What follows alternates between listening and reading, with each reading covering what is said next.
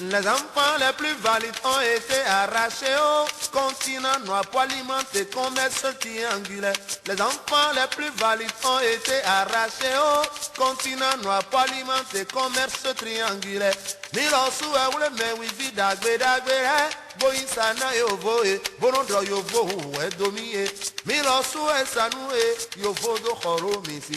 Mi mekpo esiechewe mi do sanoville. C'est un péché commun entre vendeurs et acheteurs. Les enfants les plus valides ont été arrachés au continent noir pour alimenter commerce triangulaire. Les enfants les plus valides ont été arrachés au continent noir pour alimenter commerce triangulaire. Milosu ewe me wifi dagbe oisado yovo bonondo yovo edomie. Bon milosu esanu Yovo do khoro misi. amo mi mekpo esiechewe. C'est un péché commun entre noir et blanc. Eh bien, donc, je crois qu'on a juste 2 heures de réservation. On va finir à 18 heures. Donc, on va commencer le film. On ne va pas attendre, malgré que c'était 16 heures l'heure vraie.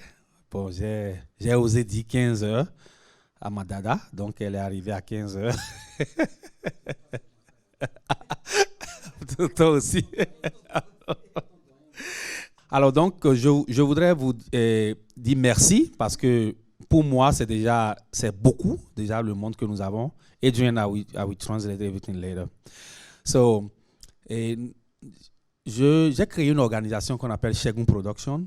Et en gros, c'est pour valoriser la riche culture de notre pays et tout ça à travers tout genre d'activités, des concerts, des films, l'art culinaire et tout.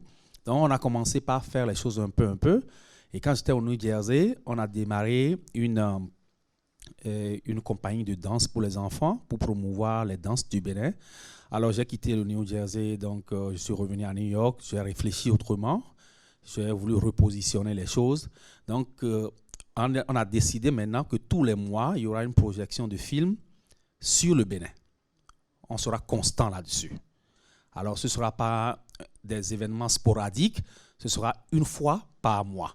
Nous allons passer des films sur le Bénin qui parlent de la réalité du Bénin, des liens que le Bénin a avec la diaspora et tout ça, parce qu'aujourd'hui, vous allez vous rendre compte que au niveau de mes amis producteurs, il y a beaucoup de Noirs américains qui sont nés ici ou bien qui sont nés dans les Antilles, qui sont maintenant en train d'aller chercher leur origine, d'aller faire les tests de DNA et de voir là où leurs ancêtres et d'où est-ce qu'il a quitté. Et parmi eux, j'ai quelques-uns qui ont découvert après les tests de DNA que leurs ancêtres avaient quitté le Bénin. Ils sont revenus vers moi, ils m'ont dit, mais Charles, toi tu m'as dit que tu es du Bénin, non? J'ai dit oui. J'ai dit voilà, donc voici ce que j'ai fait, voici ce que ça a donné. Et on a commencé par comptabiliser ce genre d'amis-là. Aujourd'hui, j'en ai 6 ou 7 qui m'ont demandé sérieusement, alors, programme ce retour-là, amène-nous au Bénin. Alors, donc, la demande commence par être un peu grande et nous avons une communauté, je crois que ce que nous pouvons vendre à la communauté des afro-descendants, c'est quand même de pouvoir montrer le Bénin. Et il y a beaucoup d'exemples. Si vous prenez Angélique Kidjo, qui est du Bénin, elle est la seule artiste et africaine à détenir 3 fois le Grammy Award, qui est la plus haute distinction ici aux États-Unis en matière de musique.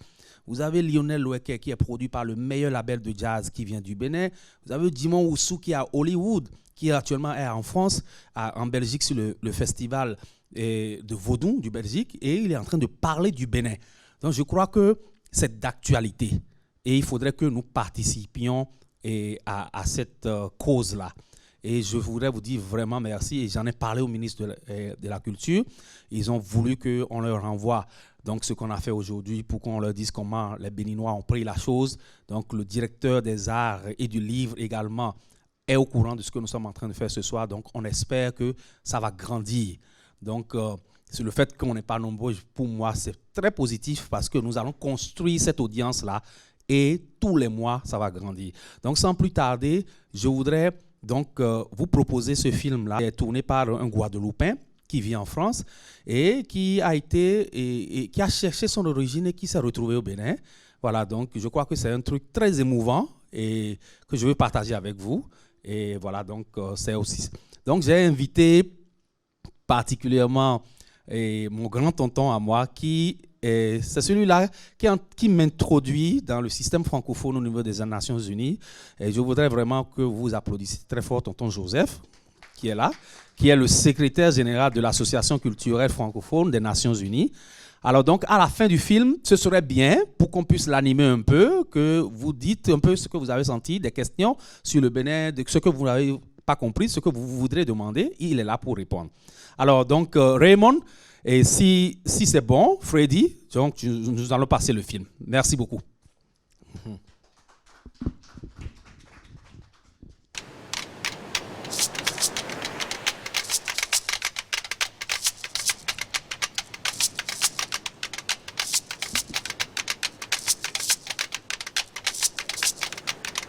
Les enfants les plus valides ont été arrachés au continent noir pour alimenter commerce triangulaire. Les enfants les plus valides ont été arrachés au continent noir pour alimenter commerce triangulaire. Les enfants les plus valides. Emmanuel Gordien est un militant de la mémoire. Depuis 20 ans, il restitue aux Antillais l'histoire et les noms oubliés de leurs aïeux esclaves. Cette réhabilitation est accompagnée d'une action citoyenne. Des monuments portant les noms des anciens esclaves fleurissent en Île-de-France, aux Antilles et bientôt au Bénin. Ils mettent au jour une histoire douloureuse, restée longtemps enfouie. Une démarche étroitement liée à sa quête personnelle. J'ai été esclave, mais pourtant j'ai une douleur, j'ai une souffrance en moi que j'essaye effectivement de combattre, mais ça se répète. J'ai mes enfants qui ont ce même ressenti. Donc ça veut dire que si on en est encore là, c'est qu'il y a quelque chose.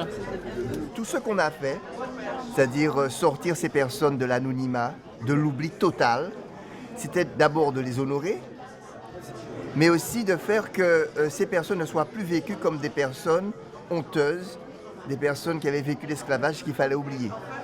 Donc en fait, l'idée était de transformer la honte en affection et aussi en fierté en se disant ce sont des personnes finalement qui ont survécu à l'esclavage.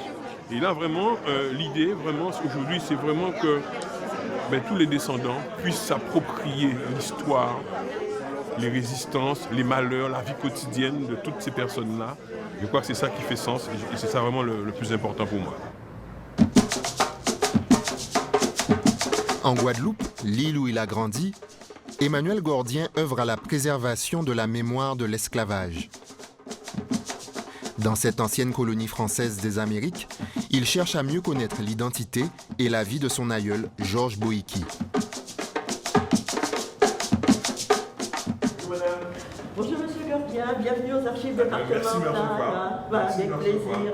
Je vous en prie, rentrez. Merci, merci. Donc on vous a préparé quelques registres et dont le registre que vous souhaitiez vous remercie consulter. Du fond du cœur. Merci beaucoup. Vraiment. Le voilà. Vous Oui. allez retrouver là l'acte de liberté de votre ancêtre. Ah oui.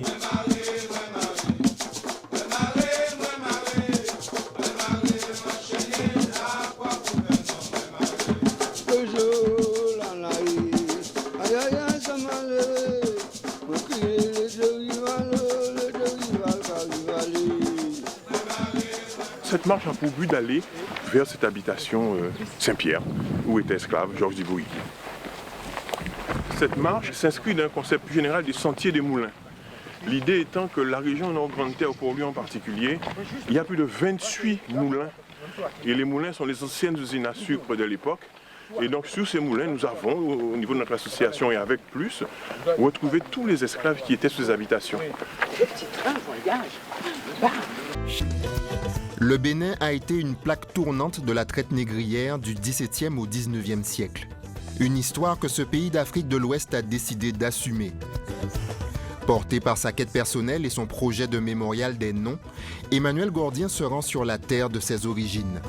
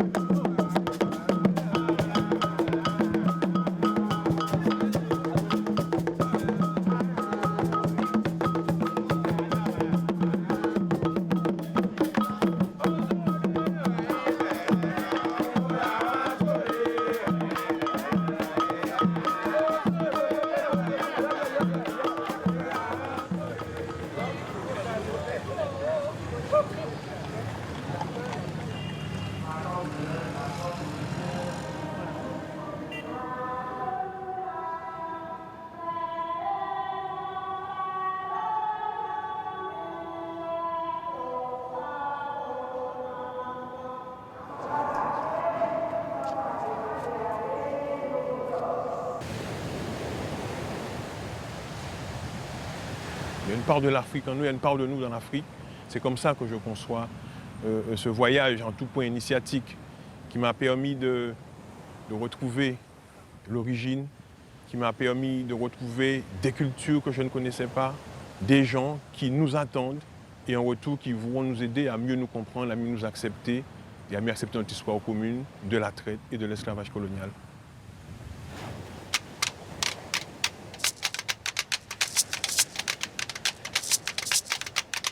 Les enfants les plus valides ont été arrachés au continent noir pour alimenter commerce triangulaire. Les enfants les plus valides ont été arrachés au continent noir pour alimenter commerce triangulaire. Les enfants les plus valides ont été arrachés au continent noir pour alimenter commerce triangulaire.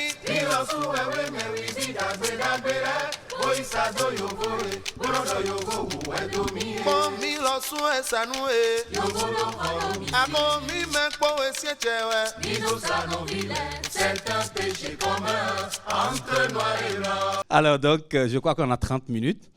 Et s'il y a des réactions par rapport à l'élément qui a été projeté, donc je voudrais remercier, puisque nous sommes en train maintenant d'enregistrer une émission télévisée. Je voudrais remercier Franck Salin, qui est guadeloupéen, qui a accepté me donner donc l'exclusivité de faire cette petite projection-là de son film, un film qui a été projeté sur France Télévisions également. Donc, voilà, on va voir. Et comme je le disais déjà au début, c'est une série de projections de films, mais nous focalisons sur le Bénin, sur les afro-descendants, sur l'histoire qui nous lie. Nous allons parler beaucoup de réconciliation puisque c'est un sujet d'actualité. Beaucoup de gens aujourd'hui font les tests d'ADN, veulent savoir là où leurs ancêtres et tout ça. Donc, je crois que c'est très bien. Et le Bénin a un rôle à jouer dans tout ça. Et nous sommes une communauté non négligeable, même si le Bénin est un petit pays. Alors donc, je voudrais dire merci à vous qui êtes là parce que c'est la première fois que nous lançons ça. On espère que cette audience va grandir. Alors donc, je vous dis merci d'avoir été les privilégiés de cette première série. Alors, je vais vous introduire notre modérateur de cette soirée, donc Monsieur Joseph Sativi. Alors donc, Monsieur Joseph qui va bien se présenter parce que moi-même, je ne le connais pas très bien parce qu'il a beaucoup d'expérience, ça au moins je le sais. Mais récemment, je l'ai connu quand il a été secrétaire général, donc il est toujours le secrétaire général de l'Association culturelle francophone des Nations Unies. Et c'est d'ailleurs lui qui m'a parrainé, qui a accepté. Donc, et je suis devenu membre de l'organisation et j'ai rejoint le comité d'administration en tant que chargé de communication. Je voudrais vraiment vous dire merci. Et maintenant, je crois que vous allez vous présenter à nos avis. Bonsoir à tous. Nous ne sommes pas nombreux, mais nous avons suivi ce soir un film riche en émotions. Un film sur l'esclavage et la recherche des enfants de ces anciens esclaves, la recherche de leur origine. Et c'est ça qui est très important et très émouvant dans ce film. Moi, je m'appelle Joseph Akakpo Sachivi. Je suis un diplomate béninois. Je suis à la retraite, bien sûr. Je parais un peu jeune, mais je ne suis pas si jeune que ça. Je suis d'un certain âge. J'ai commencé ma carrière à Cotonou, au ministère des Affaires étrangères en 1971. Et j'ai été affecté ici en 1973 comme secrétaire. Et puis, je suis rentré au secrétariat de l'ONU en 1980. J'ai fait à l'ONU 27 ans de carrière et je suis définitivement à la retraite depuis 12 ans. C'est vous dire. Vous pouvez un peu imaginer mon âge. Par la suite, évidemment, j'étais très intéressé à la francophonie et j'ai connu pendant ma carrière à l'ONU Madame Sestak, qui est actuellement présidente de l'association culturelle francophone. Et elle m'a demandé de venir l'aider à reconstruire l'association. Et par là, dans le circuit, j'ai rencontré Tchegoum. C'est son nom. J'ai rencontré Tchegoum et il m'a beaucoup impressionné. Et nous nous sommes liés d'amitié et je l'ai attiré vers l'association. Et tout le monde l'a aimé et on lui a confié la communication. On ne s'est pas trompé. Il le fait très bien. Il a tellement d'idées pour l'Afrique en général et surtout pour le Bénin. Et je voudrais ici lui exprimer toute ma reconnaissance pour ce travail qu'il fait. Ceci dit, le film que nous avons vu retrace la période la plus difficile de la civilisation africaine. Nous avons vu à quel point nos ancêtres ont commis beaucoup d'erreurs. Et aujourd'hui, les enfants de ces ancêtres qui sont devenus des esclaves, par notre faute en fait, parce qu'ils n'ont pas voulu.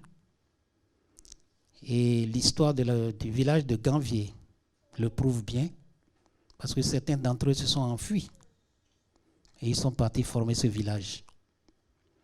Et ils ont appelé ce village, nous sommes sauvés. Je ne le savais pas. C'est après avoir vu le film que j'ai compris l'importance de ce village. Et je me rappelle ce que le chef de l'État, le président Talon, disait quand il était de passage ici le mois dernier. Il disait qu'il faut reconstruire le Bénin, surtout le volet tourisme. Et il a parlé du village de Ganvier. Il a parlé de Ouida. Il a parlé de ce grand musée qu'ils veulent construire et qui va coûter des milliards de francs CFA. Et tout ça a rencontré notre adhésion. Nous étions très heureux qu'il ait pensé à avoir ce volet, pas seulement le volet économie pure et dure, mais ce volet tourisme est très important parce que le chef de l'État voudrait que le Bénin devienne aussi un point d'arrêt des touristes. Et je crois que le Bénin a beaucoup à offrir. Et vous avez vu un peu ce que ce monsieur est parti découvrir au Bénin. Et son film est un signe que nous pouvons offrir beaucoup à tous ces enfants d'esclaves qui cherchent à retourner chez eux, à aller reconnaître là d'où leurs aïeux sont partis. Et beaucoup d'entre eux, comme tu l'as dit dans l'introduction, beaucoup d'entre eux cherchent effectivement à aller connaître là d'où leurs ancêtres sont partis. Et je connais d'ailleurs une de mes amies dans ma paroisse qui m'a dit un jour, il m'a dit, Joseph, tu sais, j'ai 15% de sang béninois. J'ai dit, ça c'est pas mal. Donc je crois que c'est quelque chose à encourager. Et ton programme test, la série que tu ouvres aujourd'hui, ne sont pas nombreux, mais je suis sûr que demain le seront encore plus. Voilà. Merci beaucoup. Merci beaucoup. Alors, je voudrais demander à un autre ami qui est avec nous et qui travaille au service culturel de l'ambassade de France, M. Abira, que j'ai rencontré il y a une semaine. Alors, tu voudras bien venir et réagir par rapport à ce que tu as vu, s'il te plaît. Comme a dit notre ami, je suis au service culturel de l'ambassade de France. Et pour réagir sur le film, en tant que jeune, bon, moi je suis vraiment jeune, ça se voit pour de vrai. Mais pour dire, à un moment, quand M. Salin était avec la classe, avec une classe, une fille pose la question en se demandant, on a l'impression, c'est une impression qu'elle donne, on a l'impression que la France a du mal à assumer cette histoire. Et notamment, elle a pointé un fait, c'est un fait véridique qui existe vraiment aujourd'hui, c'est un truc que j'avais lu, c'est qu'en France métropolitaine, il y a 12 musées du sabot pour les chevaux. 12 musées du sabot, mais 0 musée qui parle de l'esclavage. En France métropole, bien sûr. Et il y en a un, je crois, aux Antilles. Et c'est intéressant de voir que même aujourd'hui, la jeunesse sent qu'elle est touchée par toutes ces choses-là, puisque, comme l'a dit aussi le réalisateur, ce sont des phénomènes politiques qui ont eu une dimension sociale, économique, psychologique aussi, et que tout ça, c'est des processus qui ne peuvent pas juste se terminer comme ça avec une loi, et il va falloir, comme l'a fait M. Salin, aller chercher son histoire pour essayer de découvrir de plus en plus toutes ces choses-là, afin que, comme il l'a dit, on puisse avancer. Parce que si on ne découvre pas ces choses-là, c'est difficile de chercher un avenir. Donc c'était un des points intéressants quand j'ai vu que la jeunesse aussi se pose ces questions-là pour pouvoir avancer de plus en plus dans le monde de demain qui nous reste à construire et qui est là en pleine mutation aujourd'hui. C'était un peu ce que j'ai retenu. Abirav, oui, bon, on va laisser tomber le film. On va profiter également de ta présence pour que tu nous expliques une fois encore cette lutte que tu mènes aux côtés de M. Jomon au niveau du service culturel quant au bilinguisme dans les écoles publiques. Est-ce que tu peux nous en parler? Pour en parler simplement, donc, les services culturels de l'ambassade de France ont essayé de développer des programmes bilingues, français-anglais, dans les écoles publiques et les services culturels de New York, donc dans les écoles publiques de New York. Pourquoi cette initiative-là? Parce que de plus en plus de New-Yorkais, tout simplement, ou de francophones qui habitent à New York, ont vu que, dans les premières générations, que les enfants, vu qu'ils allaient dans des écoles new-yorkaises, perdaient leur français. Et c'est comme toujours par rapport au film, le français, ça fait aussi partie d'une certaine culture. Certains ont grandi avec le français, le monde francophone existe et c'est un monde qui représente plus de 220 millions de personnes, je crois, de personnes qui parlent francophone. Et donc c'était difficile pour les parents de savoir que leurs enfants perdent leur français. Il y avait des alternatives, comme des lycées ou des écoles privées, notamment un très bon lycée, le lycée français de New York, mais l'inscription à l'année coûte plus de $30 000. Et tous les parents n'ont pas les moyens pour pouvoir payer cette scolarité-là à leurs enfants. Donc, c'est comme ça qu'est venue cette initiative-là. C'est comme ça qu'on essaye de mettre ces programmes bilingues dans les écoles publiques. Comme ça, vu que c'est une école publique, c'est gratuit, donc du coup, tout le monde en profite. Deuxièmement, le bilinguisme. Pourquoi? Parce que plusieurs études et recherches montrent que les personnes qui parlent plusieurs langues ont un cerveau plus flexible que les autres. Vu qu'ils ont un cerveau plus flexible que les autres, sur certains tests, sur certaines activités, et même dans leur vieillesse, leur cerveau est meilleur que les autres, en moyenne. Et notamment, le cerveau des gens bilingues vieillit mieux que le cerveau des gens juste monolingues. Et donc, on voulait offrir cette chance, cette opportunité d'être bilingue à tous les enfants francophones de New York, et pas seulement à des enfants qui ont les parents, des parents qui ont la capacité de pouvoir payer ou de s'offrir une éducation bilingue. Voilà la mission. Merci beaucoup. Alors, merci de l'applaudir très fort. Voilà. Alors, nous allons écouter la réaction donc, de ma grande sœur Lucie, qui a fait le déplacement. Ça a vraiment fait plaisir. Toujours au niveau de l'ACF, oui. Merci beaucoup d'être venu. Et tu voudras réagir par rapport à ce que tu as vu ce soir. Je m'appelle Lucie Chabrol et en fait je suis aux États-Unis depuis une trentaine d'années. Je suis belge et je suis née au Congo. Donc c'est un peu mon attachement avec l'Afrique et je suis très impressionnée d'avoir des frères africains et de pouvoir un peu comprendre toute l'Afrique et tout ce qui se passe. Donc de voir qu'il y a toute cette recherche et de voir tout ce qui se passe. Et habitant à New York et habitant à Harlem, je me rends aussi compte, ayant un peu grandi en Afrique et maintenant étant à Harlem, qu'il y a aussi deux communautés africaines. Et il y a les Africains américains et les Africains africains. Et c'était très intéressant de voir dans ce film où ça peut être les Africains européens, les Africains américains ou guatémalais, mais essayent de redonner la main aux Africains africains et qu'il y a un échange qui se donne parce qu'il y a beaucoup de non-dits aussi, je crois, entre les deux groupes de gens.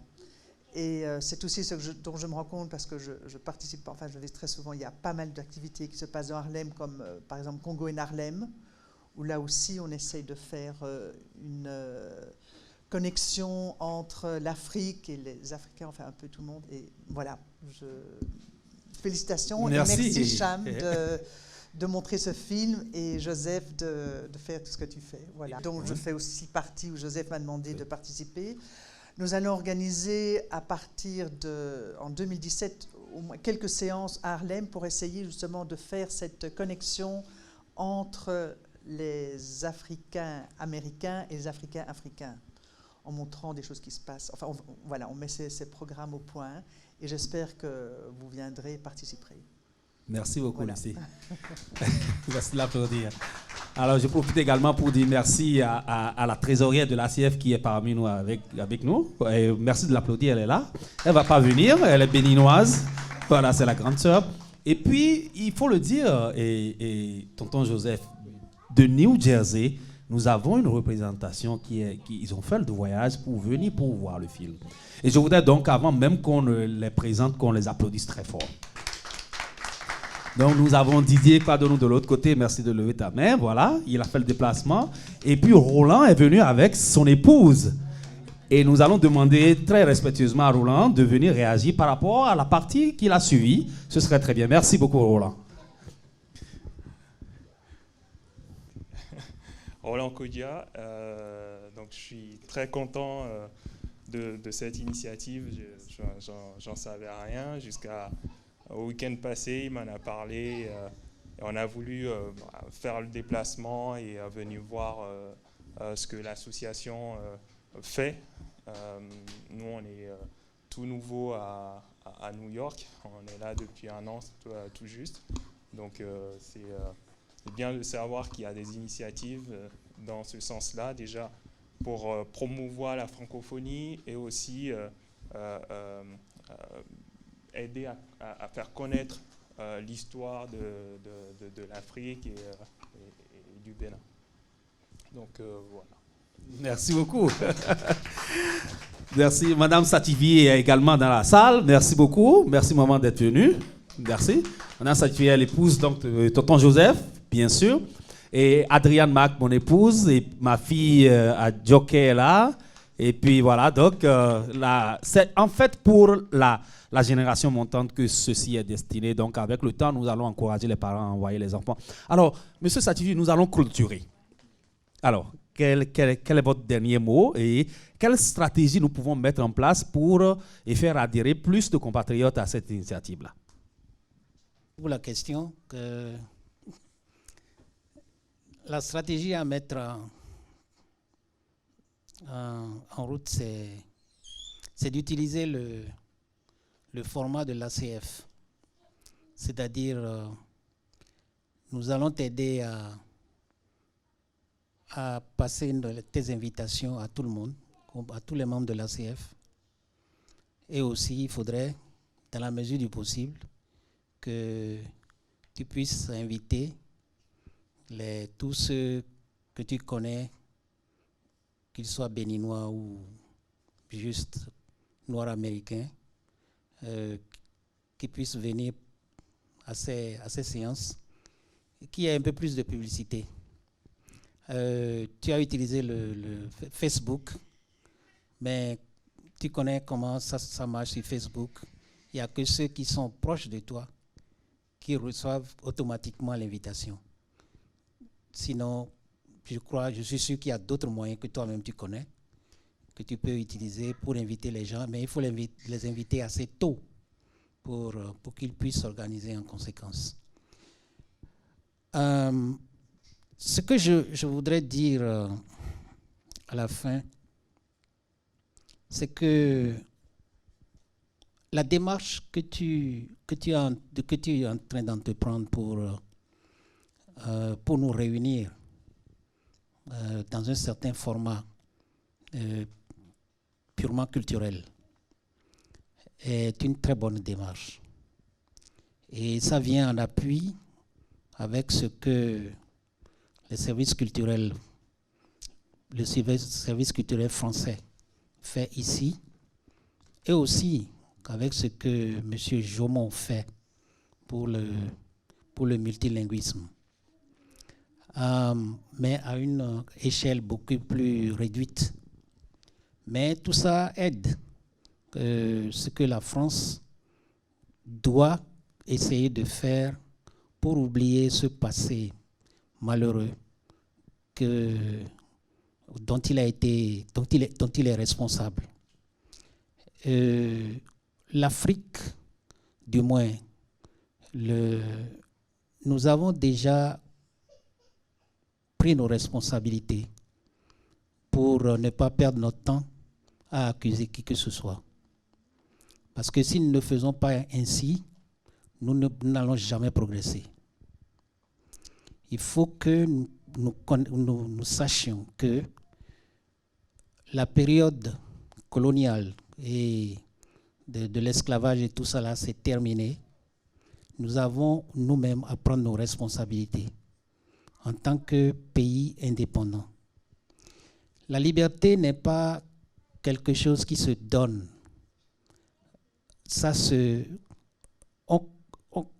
On conquiert sa liberté. C'est une conquête. Et ce n'est pas une conquête d'un jour. C'est une conquête de tous les jours. Vous le voyez vous-même. Tous nos enfants qui viennent ici pour fuir la misère en Afrique et en quête d'un devenir meilleur, tous, ils passent par des périodes très difficiles, et y compris toi-même. Et nous les appuyons, nous les encourageons, parce qu'ils doivent travailler de telle sorte que demain ne soit complètement différent d'aujourd'hui. Et ils doivent travailler non seulement pour l'avènement d'une humanité meilleure et plus éclairée, mais pour que l'Afrique en profite. Monsieur le professeur Gordien, il a bien pris la décision de venir au Bénin, d'aller au Bénin tous les ans pour aller enseigner. Et ça, c'est quelque chose que j'apprécie hautement. Et nous aussi, qui sommes ici, dans la mesure du possible, quand nous en avons l'occasion, nous pouvons faire profiter ce que nous avons appris ici à nos frères et sœurs qui sont restés là-bas. Cela ne fera que nous aider tous parce que nous en avons besoin. Ils ont besoin de nous autant que nous avons besoin d'eux. Voilà. Merci beaucoup. Merci d'applaudir, M. Satievi. Alors donc, il s'agit donc, nous allons clôturer rapidement. C'est la fin de cet entretien. Et je voudrais dire merci à tous les auditeurs, à tous les téléspectateurs de Franco Culture et de rester câblés sur cette émission, sur cette causerie. Donc, vous savez, Franco Culture, ça se passe tous les vendredis à partir de 22h30 sur Time Warner Cable, Verizon et RCN. Également disponible sur le site internet de MNN. Donc, restez câblés. La prochaine date donc, de la projection du film est déjà connue. Ce sera le 19 novembre. Nous allons le faire juste avant que les gens aillent en vacances pour la Thanksgiving. Donc, on dira le film qui sera projeté. Et certaines personnes nous ont conseillé que même si c'est la francophonie qui est promue, que nous puissions avoir des films avec des sous-titres en anglais. Comme ça, on pourrait associer des gens qui sont d'ici. On a pris ça en compte et ce sera fait. Vraiment, merci d'être venu et agréable week-end à vous. Milo suwe we me wifi dagbe boyin sana yovo bonodo yovo we domiye Milo suwe sanue yovo do khoromi pour mi me po esiechewe mi do sanoville où c'est un péché commun entre noir et blanc. Les enfants les plus valides ont été arrachés au continent polymétrique comme un triangulaire. Milo suwe we me wifi dagbe boyin sana yovo bonodo yovo we domiye Milo suwe sanue yovo do khoromi a pour mi me po esiechewe mi do sanoville c'est un péché commun entre noir et blanc. Faisons taire les rancœurs, lamentations et passions. Allons à l'autel du pardon, de la réconciliation. C'est ce que le général a compris en invitant les frères de la diaspora à la conférence du pardon et de la réconciliation. Donc, me deni kukwero manton manena ho mae doya okwe titon tuche mena ho kondo me deni kukwero manton manena ho mae do okwe titon tuche mena ho kondo me de kukwero manton me de kukwero